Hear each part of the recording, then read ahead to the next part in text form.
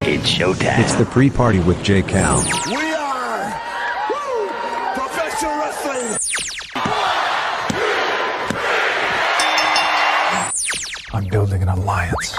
You are tuned into the absolute top of the mountain, the ultimate professional wrestling.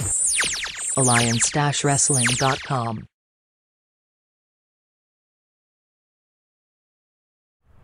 Are we on? Are we on? I don't think I was ready for you guys. Are we on? This is the pre-party.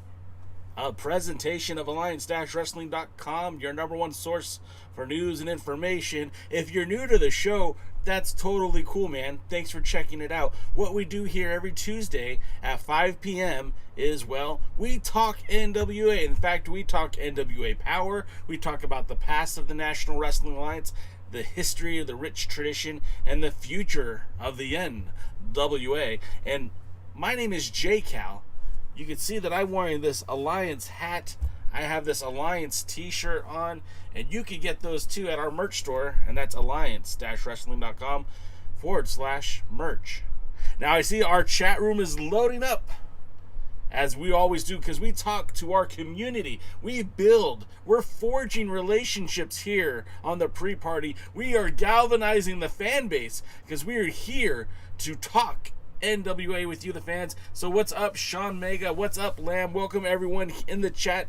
And for those of you about to join us, welcome, welcome, welcome. Now tonight's card has been set. Looks like we're going to have quite a few matches tonight. We're going to have maybe some questions answered, right? Like, well, we're going to get the mystery man, the man of mystery, the masked man of mystery. I call him the faux spoiler because, well, looks like he's wearing a spoiler mask. He will be in action against Mims. So you know they're looking to bring in some of the big action tonight when you've got Mims and the masked mystery man. Also on the card, we've got Tyrus in a triple threat. No, excuse me, not a triple threat match. No. It's a handicap match. Tyrus taking on the likes of Black G's and Jordan Clearwater. Now they call him G's here in the NWA, but remember, Black G's has a long-standing tradition, long-standing history with Combat Zone Wrestling. I mean, this guy's been around for quite a long time, holding the tag team titles, the junior heavyweight titles, cruiserweight titles in other divisions, in other wrestling promotions, and even the CZW World title. All while only being about 5'4". He is not a slouch in the ring by any stretch of the imagination. Him and Jordan Clearwater scheduled to face Tyrus. Now, we don't know about the dynamic. One of the drawbacks of the NWA this season so far is they're not really they're introducing these concepts, but not really giving us the definitive storyline here. Because one week you have Black G's going to Tyrus and to Austin Idol Management Incorporated International, whatever it is, and they start discussing a business proposition.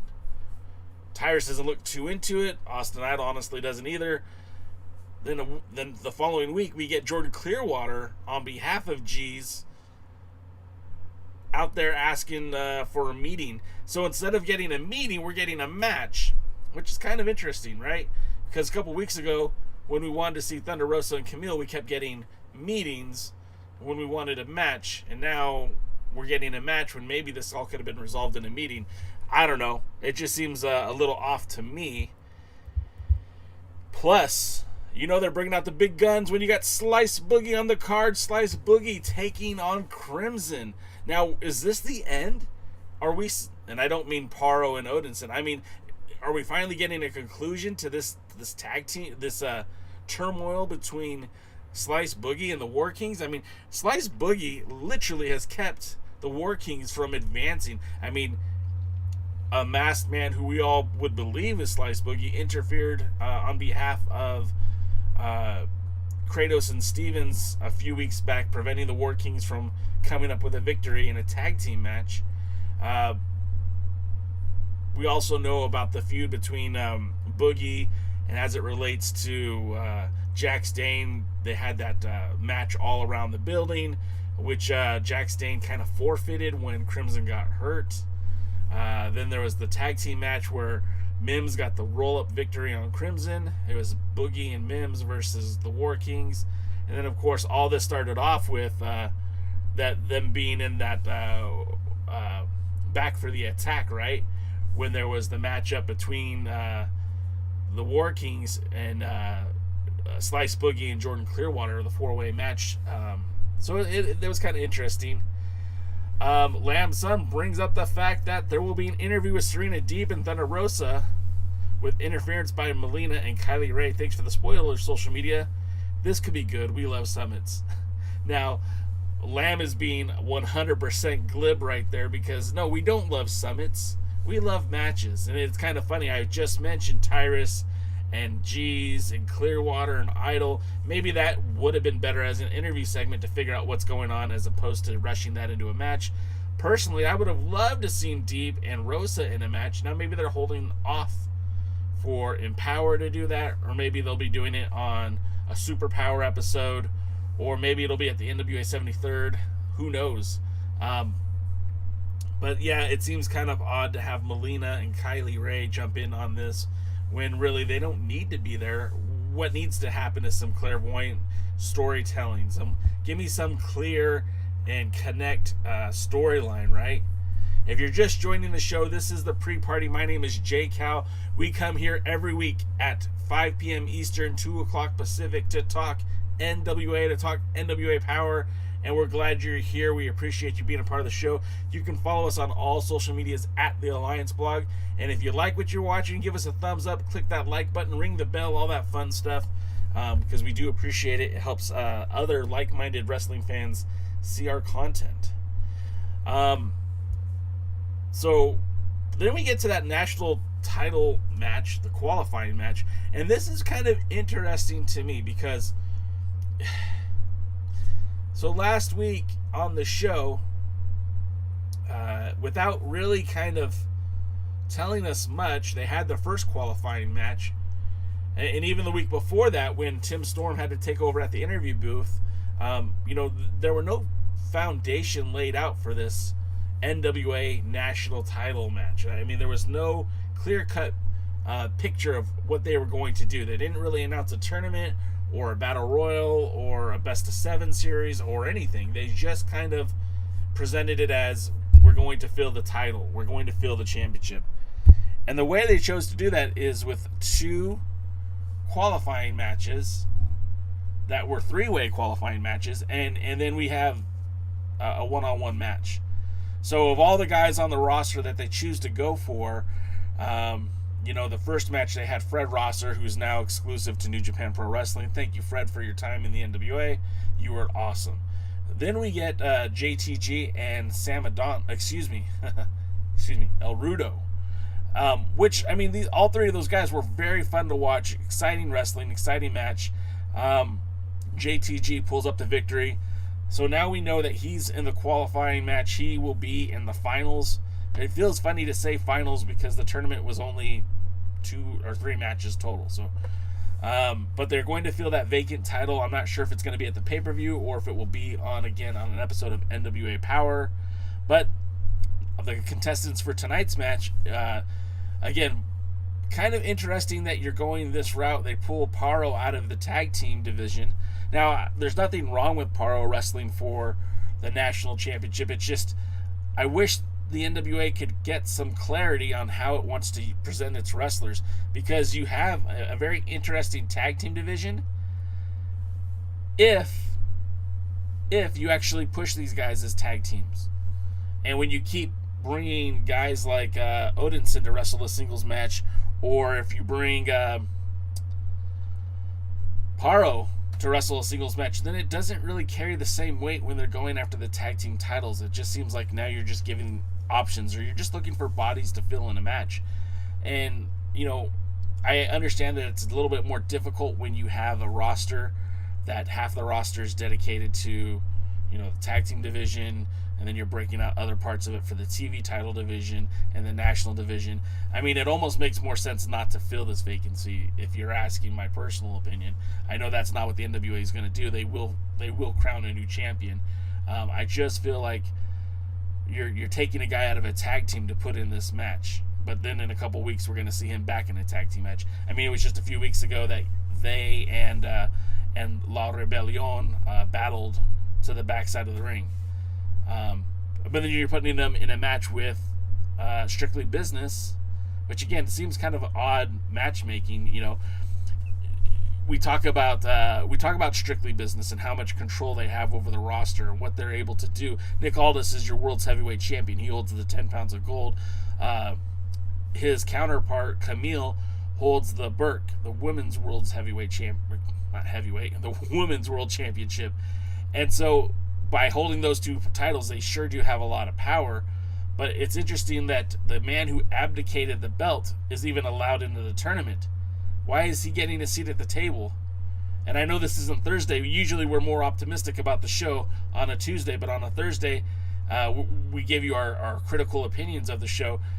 This is kind of confusing to me. Why are we putting the national champion, the former national champion who abdicated the belt, who only defended the title once against Trevor Murdoch and never defended it again, and had been really wrestling more as a tag team wrestler with Tom Latimer? Why are we putting him in the national title? The whole thing just seems a little screwy to me. What do you guys think? What are your thoughts on that?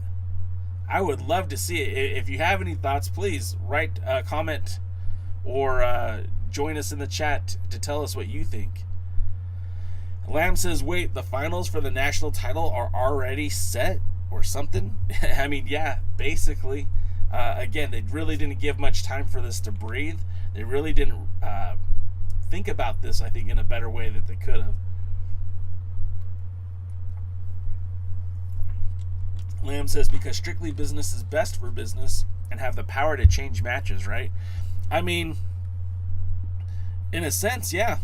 And that might be one of the biggest fallacies of the NWA, is giving so much, at least creative control on television to Strictly Business. I mean, I know we talked about a couple weeks ago when Nick Aldis conned Chris Adonis into abdicating the title and taking away that tag team title match that essentially robbed the fans of a main event on an episode of Power. I mean, there was these notices that Adonis got put on notice, and so did Latimer, and Aldis was fined, and this, that, and the other thing. But at the end of the day, I mean, it didn't really change a whole lot of what was going on, right? It didn't do anything. You still had Adonis in the Battle Royal, and now he's still wrestling for the national title. It just seems like they don't even know what they want to do. And that's, I think, a very scary thing about a product that we're all invested in. I mean, you guys are paying $4.99 a month. And Lamb just says, how about Nick Aldis versus Billy Corgan at the pay-per-view after the anniversary? I mean, my partner Kevin Frazier brings us up quite a bit when Joe Galley and the world's heavyweight champion, go back and forth at the podium, right? And they go back and forth, and it's like, are we setting up a Joe Galley versus Strictly Business match? Are we setting up Joe Galley versus Nick Aldis? Because that's not something anyone is interested in. I love Joe Galley. I think he's a great dude. I think he's great on the air. I think he's in a perfect position. I think he does a phenomenal job as the voice of the NWA, but I'm tired of him trading barbs with Nick Aldis. It won't lead to anything. It's not going to lead to anything. This is a wrestling show, and I want wrestling. I mean, the name hasn't changed to, a couple weeks back, our friend Doty said that it's not National Promo Association, it's National Wrestling Alliance. And he's right. I want to see more wrestling. So what do you guys think? What do you guys think about the television championship? That's the question I wanted to post to my NWA fam. What do you guys think about that TV title? We have Elijah Burke, who is your NWA television champion, and he's undefeated so far as champion. He hasn't lost the belt. He hasn't lost a match. He hasn't won every match, of course, but he hasn't lost the title. And the goal of that belt is to get to Nick Aldis, and you do that by winning 7 successful matches. We know that he's beat Fred Rosser. We know that he beat Matt Cross. He had a great match with Luke Hawk. He beat Tyrus. I mean, out of all the titles in the NWA right now,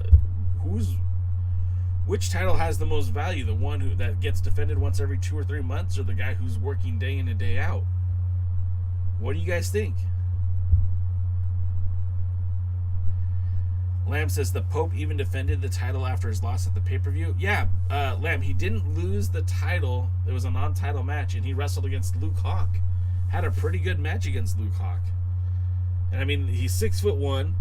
He's 43 years old, and he's still putting it on, man. He's still putting it on. And, he's, like I said, he defeated Hawk. He defeated Matt Cross. He defeated Tyrus. He defeated Fred Rosser. He took Tom Latimer to a draw. But by my counts, that's 1, 2, 3, 4 successful title defenses.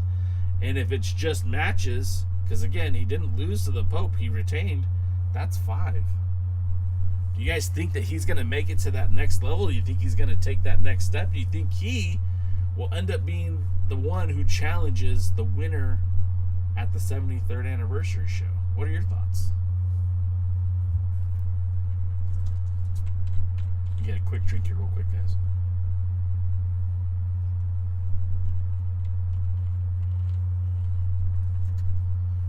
So, one thing that I've been wanting to do is because a lot of people think that your boy Jay is very critical of the NWA.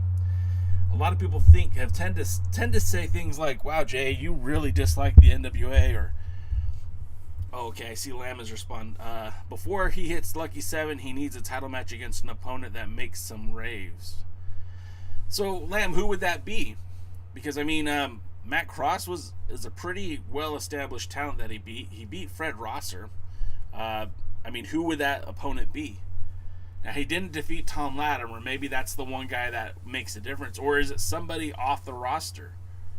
Is it somebody who we haven't seen yet?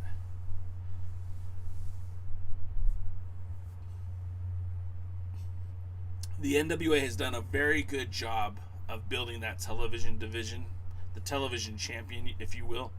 When Ricky Starks won the title at, where did he win that? Was it Hard Times? He won the title at Hard Times. Most of us expected a long, lengthy run for Ricky Starks. The fact of the matter is he only got to have that title for about 2 days. He had a match with Zicky Dice. He had a match with Matt Cross, and then Zicky Dice ended up winning the belt. And Zicky Dice had that title for half the year, but because of COVID, only defended the title twice. When he defended against, Rick Luxury, somebody you guys won't know because that's not a NWA name, and then again wrestled against the Pope at Primetime Live over Dave Marquez's promotion, and won the title. The Pope won the title that night. So there hasn't been a lot of activity with the TV title until now. and it feels like they're really starting to build up towards it. One of the things I feel like they do right is that they do these qualifying matches a week before and then have the Pope defend the belt. That's how we got Luke Hawk. Luke Hawk won the match at the pre-show before the pay-per-view. Lamb says, well, you have to build an opponent for the Pope like Latimer without a three-way qualify. Why do they still call that a qualifying match? I think, Lamb, the reason why is because it's silly to say number one contender. Oh, my camera's acting funny. Sorry, guys. I think it's silly to say number one contender, right? Because saying number one contender for a belt that has to be defended on every other weekly basis seems a little off. Now, what's interesting is he hasn't had a title defense. Now, this will be like the second week in a row that you haven't seen the Pope on TV. So that's kind of an interesting thing. Now, we're supposed... last week during the episode of Power, they were having a discussion with Colby Corino and Sal Renaro and PJ Hawk about a potential television title match.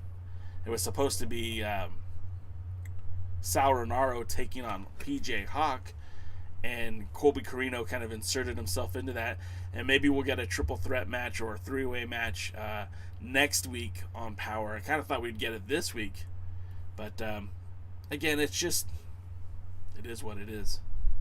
This is the pre-party presentation of Alliance-Wrestling.com, your number one source for news and information. You can follow us on all social medias at the Alliance Blog, and my name is J Cal. We're here talking NWA, and I want to know, who do you think? Well, not who do you think, but do you think the Pope will outlast that Lucky 7 and get a shot at the 10 pounds of gold? Leave a comment. So I did want to get into the things that I thought the NWA was doing right. Because the NWA is, I mean, there's some things that I really have been enjoying about the program.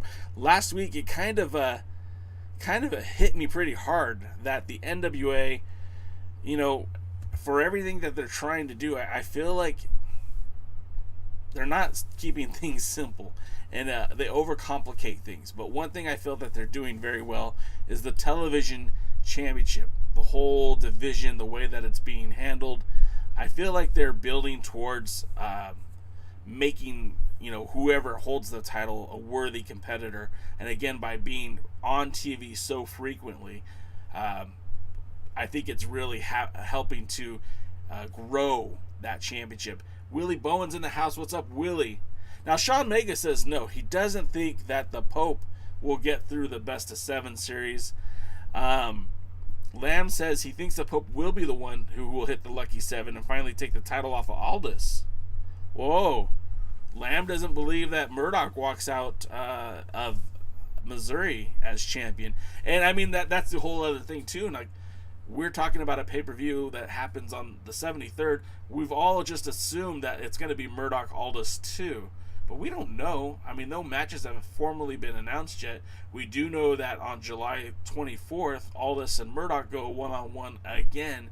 And that's going to be for an autographed Legends event in Charlotte, North Carolina. Ticket information is available at alliance-wrestling.com. You can go to the events section, and right on the main page, you'll see a photograph of Nick Aldis, and the event is right there. You just click it and follow through. But yeah, I mean, there's no guarantee that we're gonna have Murdoch versus Aldis at the pay-per-view. And then the night before, there's an all-women's pay-per-view. What do you guys think about an all-women's NWA pay-per-view? When you look at that roster, I mean, actively competing in the NWA currently, we have about 8 female competitors. You have, of course, Camille. You have Thunder Rosa. We know Genocide is a regular now. We're seeing Taryn Terrell, Melina, Kylie Ray. I guess Lady Frost would be number 6 on the list. Serena Deep, if she's still around, that makes she's going to be there tonight, so that makes about 8. So yeah, so I guess it's about 8 females on the roster currently. Do you think they will add some more talents to the show? Or do you think they're going to run with just the 8 females that they have? You know, Mickie James has been pretty outspoken about looking to work with everyone on this women's pay-per-view. So we're not sure who will be a part of that just yet. There's no card has been released yet. But I don't know. It sounds interesting to me. Chris Drummond says he's sorry, but the Pope or Murdoch as NWA champion doesn't wow him. All right, Chris, then my challenge to you is who does? Is there anyone on the roster currently that would pop you if they won the NWA World's Heavyweight Championship? And as big of a Nick Aldis fan as you are, is there anybody possible on that roster that could to circumvent the World's Heavyweight Champion? Lamb says NWA and Power will be Mission Pro Light. Ooh. I'm not mad at it. I think they will bring in some very talented workers not connected to MPW and do some good stuff. That isn't necessarily a bad thing either, but when there's so much talent available out there, not just, they don't need to rely so heavily on Mission Pro, and especially with that being Thunder Rosa's promotion, I think it's good to use those folk, but I don't think you need to rely only on them. Now, Willie B says Tom Latimer, which I believe he says that's going to be the man to upend Nick Aldis and his 10 pounds of gold.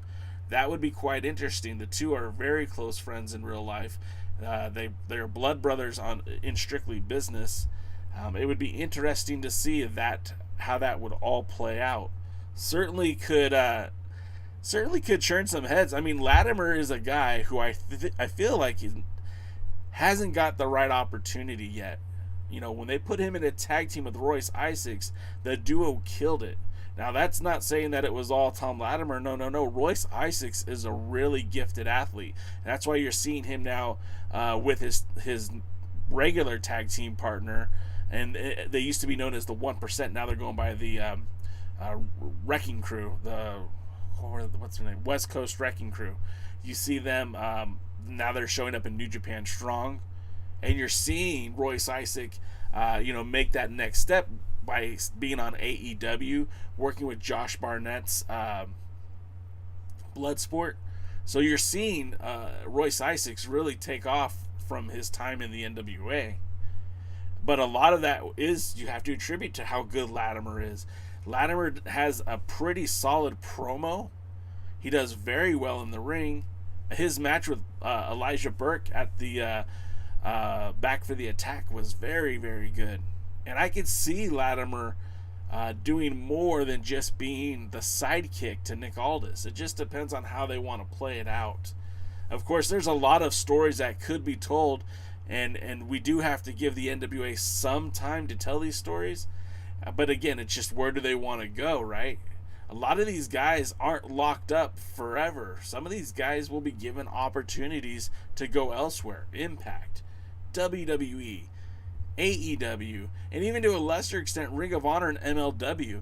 The NWA program literally tapes for 3 days a week in a pay-per-view.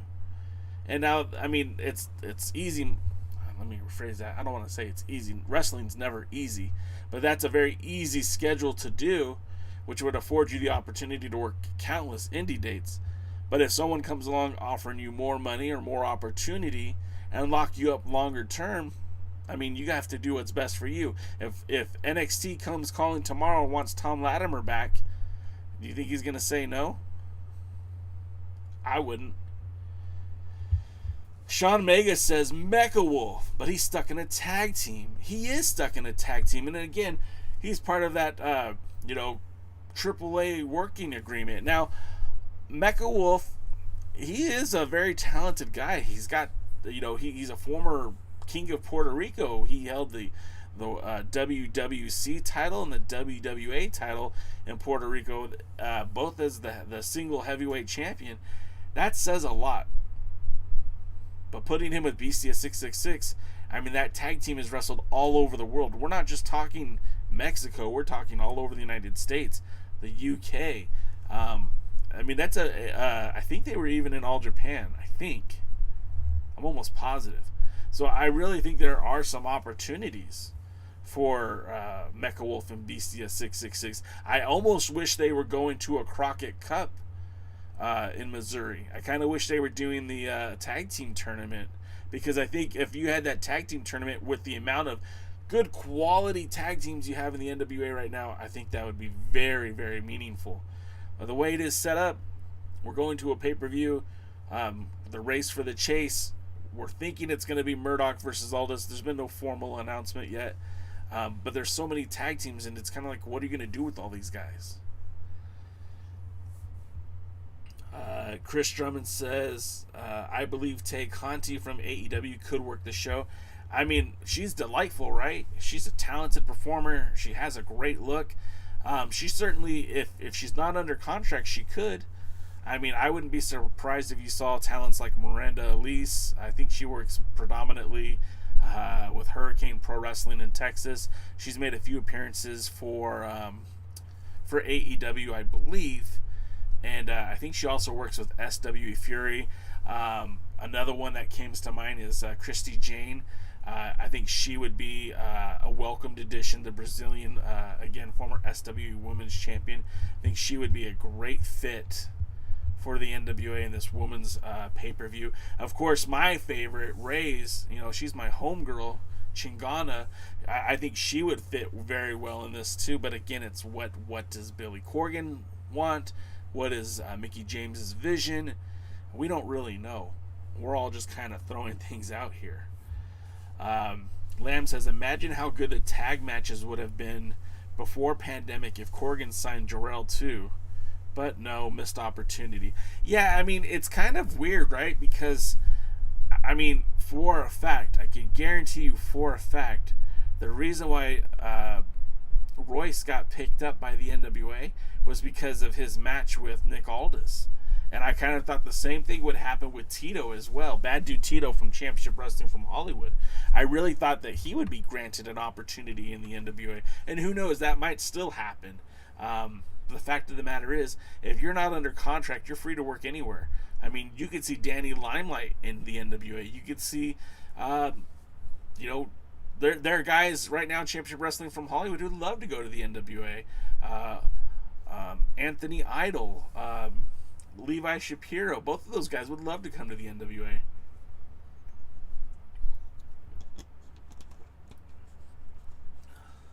Willie Bowen says, don't forget United Wrestling Network. I could not forget about the United Wrestling Network. I know there's going to be some news very, very soon about the Atlanta card. I'm so excited for it. I wish I would be able to go out there, but I think we're going to hear something soon about where they're going and when those matches will be released. I think it's going to happen in August, mid-August. But again, until the news comes out, it's just hearsay. Chris Drummond says Rio and maybe Allison Kay. Allison Kay would be phenomenal back in the NWA. And I think if they play on her terms, she'd be welcome to come back. She said it, that she enjoyed working for the NWA, and her stock is only rising as of late. And an opportunity for someone like her, to come back home. Maybe Santana Garrett. I'm not sure how long her 90-day no compete cause is. I don't know when she would be available, but she's a former women's world champion. We recently saw the NWA acknowledge Amber Gallows. I mean, what if she showed up? Amber O'Neil. She doesn't go by Gallows anymore. That would be interesting too, just to see the old women's champions come back. I mean, what if they did for that pay-per-view like they did the 70th anniversary and bring back all the living former champions? What if they brought in Awesome Kong or Mischief just to be a part of the festivities? I think that would be pretty dope. I mean, I could totally get behind Casey Carlisle showing up at the pay-per-view, whether in a wrestling capability or just showing up to be honored, right? But we'll see how that all pans out. Fiona's in the house. Welcome to the show, Fiona. Glad to see you. DKM just stepped in. Welcome, everyone. Sean Vega says Billy needs to sign Colby, PJ, and Mecha Wolf for multiple years and build them up. I mean, I don't know exactly how these contracts work, right? Because apparently Mecha Wolf is under contract to AAA, right? I mean, that's at least what they make it seem like. I could be mistaken. I could be wrong, but that's at least what it sounds like. Lamb says, with so many tag teams now, a Crockett Cup would make sense. Yeah, and look, Lamb, you can't really force anything, right? Maybe they'll do the Crockett Cup in the fall. Maybe that'll be their winter pay-per-view. Or maybe they'll just wait till 2022 and they can do it in the spring and make that a springtime thing. I really like the pay-per-view, the Crockett Cup concept. It was fun back in the 80s. I thought it was really cool when they did it in 2019. I'd like to see it again. The sooner the better. Dave Scooby announces that Mickey's going to wrestle at the 73rd. I saw that she said that on the Chris Van Vliet show. Am I saying his name right? That she didn't want to be a part of the women's show because she felt like that would take too much attention away from the actual talent that she wanted to help promote, and that she'd be wearing too many hats where, if she's going to produce an event, she doesn't want to be wrestling because, she's being spread too thin. But she said she would be willing to work at the 73rd, and under the right set of circumstances. I mean, what matchup would you like to see right there? I think there's a lot of solid matches that would be really good. So we'll see what happens. But as of right now, I mean, until the opponent's named, I don't need to see Mickie James versus Melina. Sorry, Melina, you just don't raise the bar. Kylie Ray versus Mickie James, Serena Deep versus Mickie James. Oh, now you're talking. Mickie James versus Camille for the Women's World Championship. Who knows? Yeah, Chris Drummond says Awesome Kong. She would be, just for her to be recognized, I think would be pretty awesome. I mean, you got to have to remember, at one point, she was wrestling for 0-1 as their women's champion, as well as the NWA women's champion. She was doing double duty, wrestling in Southern California, wrestling in the Midwest, feuding with Mischief, feuding with Candice LeRae. She was awesome. Awesome Kong totally lived up to her name. Willie Bowen said, bring back Barbie Hayden. I don't know. I don't know about that. Willie Bowen also said Watts should be on the NWA Power roster as well. Yeah, I haven't seen a whole lot with Watts as of late, and it's a shame. I don't know what the deal is. I don't know if he's done in Hollywood. I don't know if he's just taking a break and healing. I don't know, but I would love to see Watts anywhere and everywhere. You see, whether it be on the Championship Wrestling from Hollywood, Championship Wrestling from Memphis, Championship Wrestling Atlanta, or the NWA. I think Watts is entirely underutilized and would be a lot of fun in the NWA. Lamb says the Mexican guys were brought in by Conan, I think. Yeah, Lamb, I'm not entirely sure.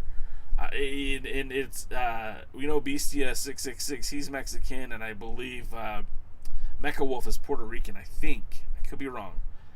But it just doesn't seem, it's weird. It just doesn't seem like, whatever the relationship is, whatever the dynamic is with AAA and the NWA, it's hard to say. So I don't really know.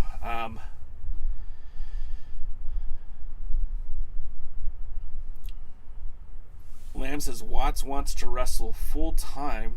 He thinks that he will bet on himself to go to AEW. You see, and that's the other thing. AEW signed a lot of,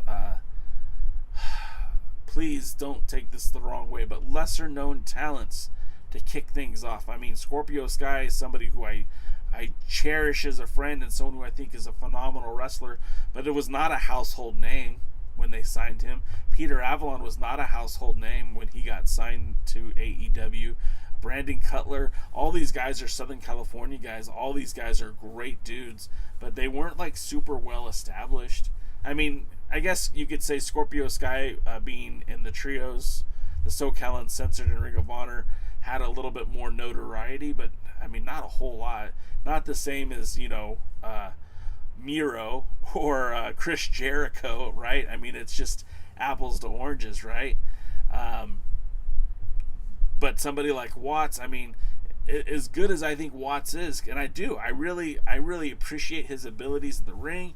I mean, I saw that guy dive over a top rope, and I know that's not always the catch-all, end-all, be-all of a performer, but I've seen him do things that a guy his size shouldn't be able to do, and I feel like he's really good in the ring.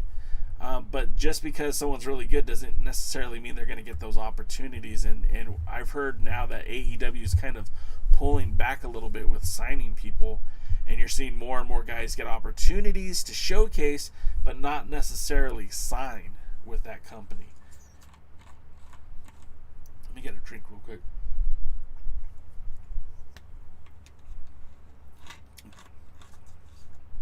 DKM says Barbie left wrestling at one point. She did, and then she was working with the Women of Wrestling pay-per-view, the Jeannie Buss project. Jeannie Buss is the owner of the Los Angeles Lakers, and she also had a side project with David McLean, which was the Women of Wrestling. In fact, I tweeted at Mickey James that perhaps they could work together.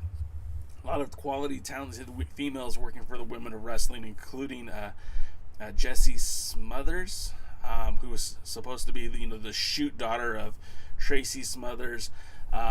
You had Ruby Ray's working a gimmick there. A lot of the wrestlers would wrestle under a silly gimmick, kind of like Glow. One of the wrestlers they had there was Erica Porter, who was a long-time women's wrestler. In fact, she was one of these gals who, like Jazz, worked those independents for a long time.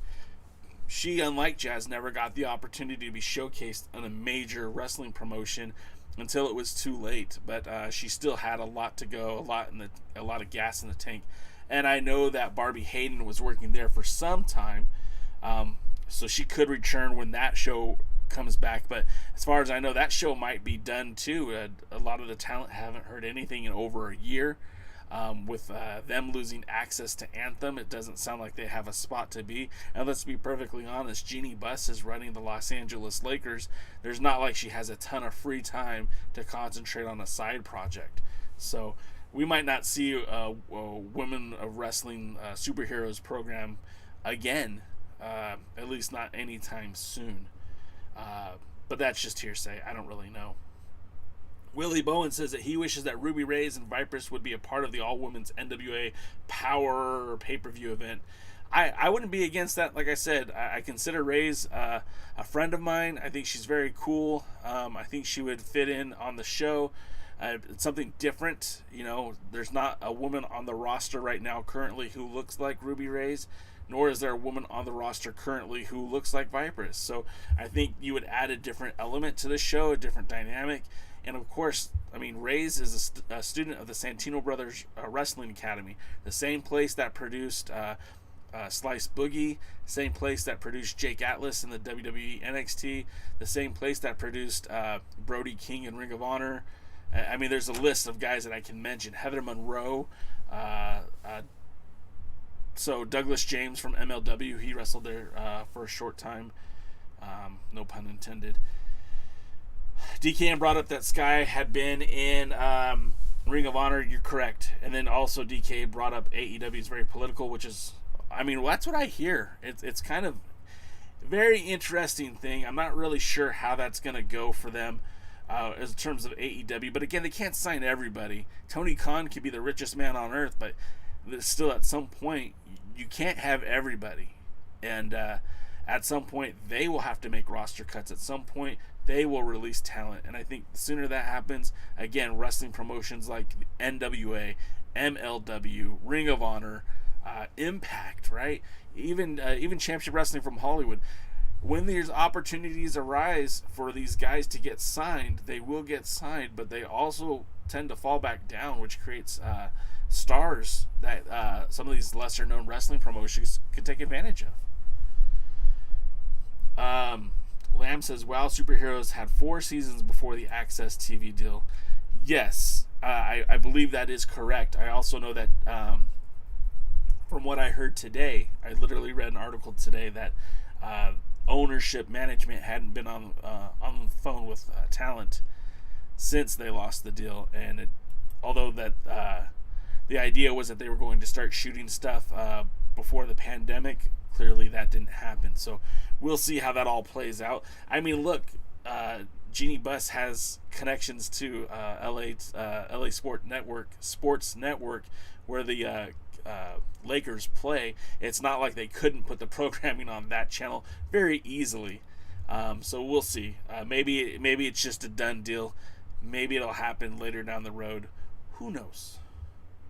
Terry, welcome to the show, man. Thanks for checking in. We got just a few more minutes left, but I'm glad you're here. DKM agrees that AEW needs to let people go. I mean, it's crazy we say that, and then they bring in more people. There are guys on that roster that I'm sure are very happy to have a job, very happy to get that paycheck. But could you imagine, like, if somebody like Ethan Page were to drop and the NWA were able to pick him up, or somebody like Scorpio Sky showing up in Ring of Honor again? Willie B brought up the status of Brian Cage. I'm not sure. I think he got hurt. But again, could you imagine Brian Cage in the NWA? I mean, it'd be insane. But look, these guys, I mean, they're paid professionals. They're paid athletes. You know, I was almost shocked when the NWA was able to sign Eli Drake to a contract 2 years ago. So it's not unheard of for them to pick up somebody. I mean, I don't know that EC3 is under contract. Hell, I don't even think James Storm is under contract with Impact. So there is talent out there. There is not a lack of talent out there. You know, these guys are still looking for places to work, but at the end of the day, you know, the NWA is doing what they want to do. Championship Wrestling from Hollywood is doing what they want to do. Impact is doing what they want to do. And at some point, you know, the best talent is always going to rise to the top. But that doesn't mean there isn't plenty of opportunity for some really good wrestlers. And hopefully we'll see, like, more of this. You know, when the NWA first came in, they brought in Sean Ricker. Eli Drake. They brought in James Storm. They brought in Colt Cabana and Carl. They brought in Mr. Kennedy, or Ken Anderson, excuse me. They brought in some pretty decent names to go along with the Tom Latimers and the Royce Isaacs and the Ricky Starks of the world. And they actually had this well-rounded roster, you know, except for they were lacking in tag teams. When the NWA came back this March, something kind of similar. Like, there's still some missing pieces to this wheel, but they did bring in some complementary talents. You know, Elijah Burke was no longer a manager, but actually an in-ring competitor, and Aaron Stevens and Kratos. You know, you mix these guys with, like, the War Kings and the End, and it just feels like that roster's growing in the right way. Now, if they can be used efficiently and effectively, this show is going to get a hell of a lot better when that happens. You know, adding Chris Adonis added another level. He almost instantly won the title the minute he showed up. But that also, again, creates opportunity. And as the NWA, you know, if they are going to start touring, which is what the plan was towards before the pandemic hit, if they're going to start doing more larger arena shows, you know, they're going to need a bigger roster. So, you know, they added JTG, they added El Rudo, they added Mecha Wolf and Beastia 666, and you know, the roster, I think, is a very well-rounded spot. I think they just need to start slotting these guys in more coherently. Sorry, Billy. They need to give these guys more well dedicated roles, and we'll see where they go. I mean, the end, like, again, we were talking about it earlier. You've got Parrow, who is a tag team wrestler, basically wrestling the tag team of Strictly Business on a 2-on-1 match for the national, for an opportunity to wrestle for the national title. That doesn't make any sense to anyone. What they need to do is maybe that spot should have been different. Maybe it should have been Tom Latimer versus Fred Rosser versus Sam Adonis, El Rudo, versus on the first show, and then on this show doing JTG versus Chris Adonis versus Parrow. But even then, why is Parrow in this match? Parrow doesn't belong in this match. He belongs in the tag team division. And again, I feel like that's a huge stain for the NWA when they can't really keep it set. You know, DKM's, I don't know if he's still in here, but he would agree with me that the NWA, one of the things that they're failing to do is have clear, coherent storyline. I mean, I'm just going to say it, guys, and I know that's not a popular opinion, but I feel like the NWA could do better than this, and they should do better than this. Sorry, guys. Hate to be the downer.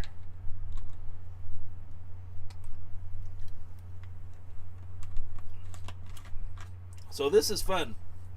You guys always make my Tuesdays so much fun, and I do appreciate you being here.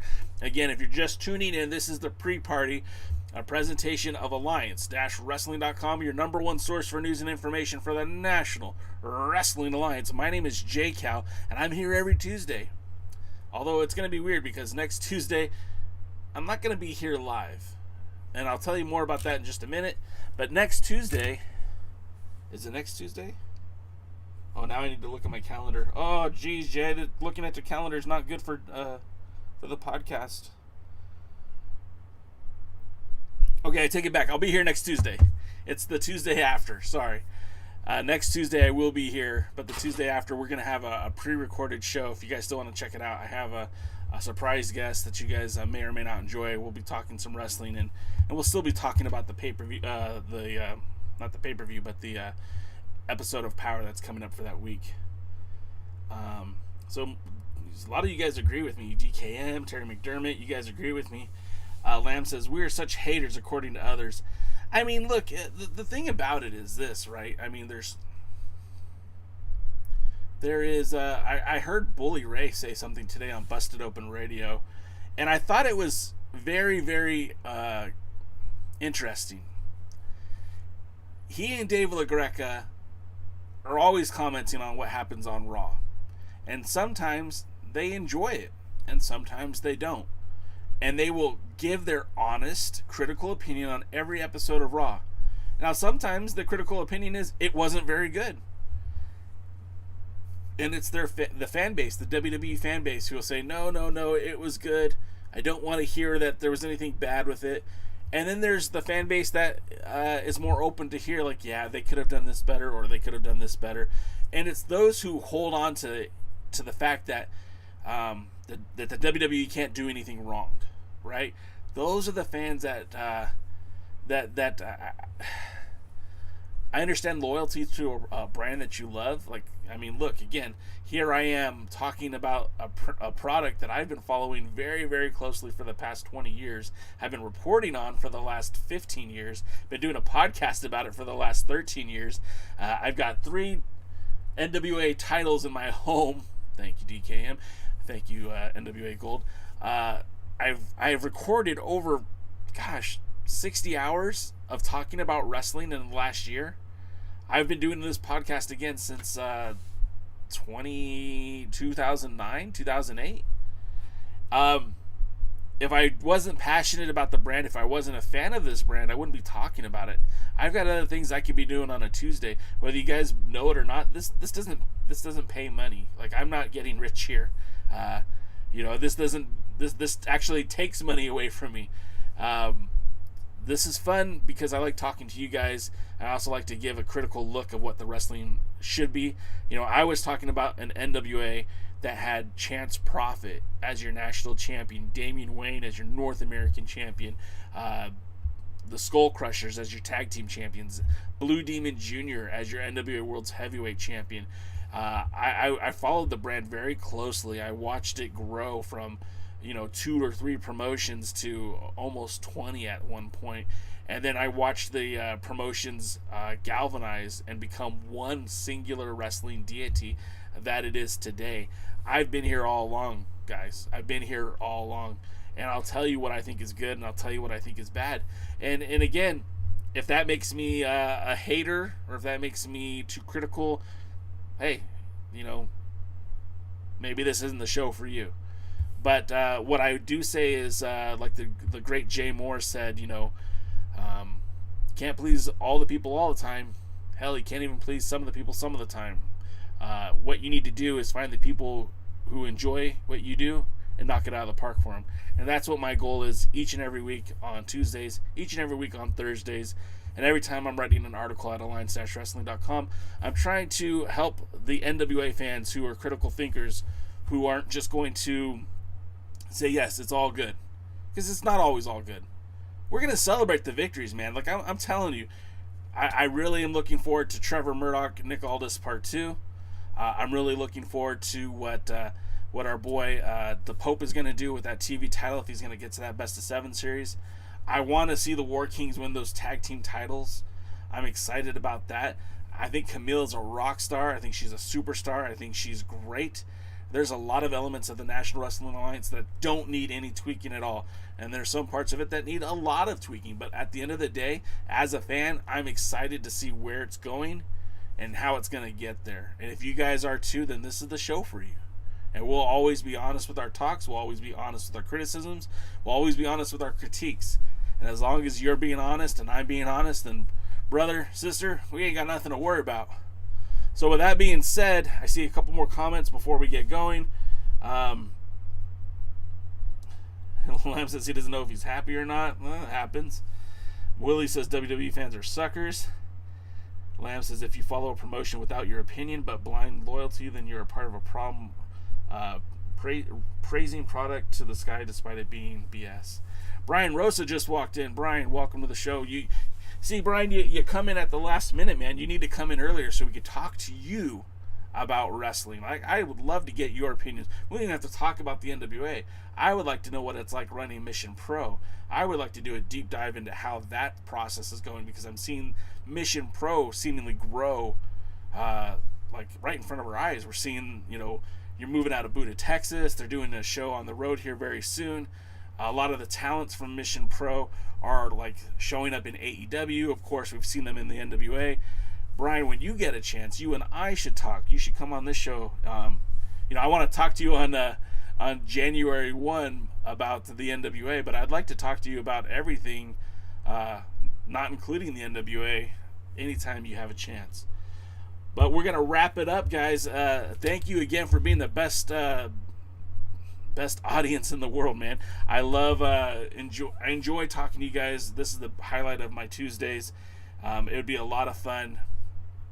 And if you guys ever want to come out and check this out, we're here Thursdays as well at 5 p.m. Eastern, 8 o'clock Eastern, 5 p.m. Pacific. Sorry, I got a little lost there. Mark's review says it's almost 6:05. You guys know what that means. Thanks for checking it out, Mark's review. I don't want to say that incorrectly. But that's going to do it for us. So I guess we'll just end it there. If you guys like these shirts, they're still available August 19th. The Ham Sandwich t-shirt, you can get yours $20. All proceeds go to support the Junior Diabetes Research Fund. Also, you can get hats or t-shirts, and those are available always. The website is alliance-wrestling.com. Make sure you visit it. If you prefer to hear the audio podcast, we're available on Spotify, Amazon, Google.